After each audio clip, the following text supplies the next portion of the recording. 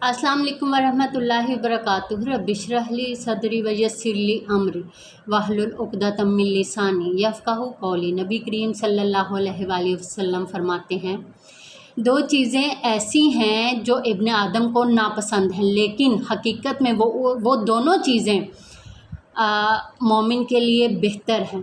Number 1 पे है मौत। मौत मोमिन के लिए फ़ितने से बेहतर है। यानी कोई मुसलमान अगर गलत कामों में या गलत रास्ते पर चल पड़ा है, किसी फ़ितने में मुब्तला हो गया है, तो उसकी ज़िंदगी के साथ साथ उसके गुनाह बढ़ने का ख़तरा है कि जितनी लंबी ज़िंदगी होगी उतने ही गुनाहों का बोझ बढ़ता रहेगा और कल आखिरत में उसे उतनी ही सज़ा भुगतनी होगी।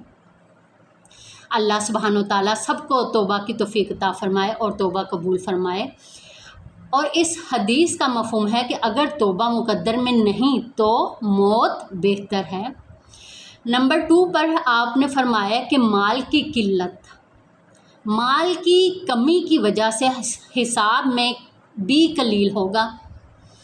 सब जानते हैं कल को हमारे हिसाब किताब के टाइम पर हमसे एक एक चीज़ का हिसाब लिया जाएगा। माल कैसे कमाया और कहाँ पे खर्च किया।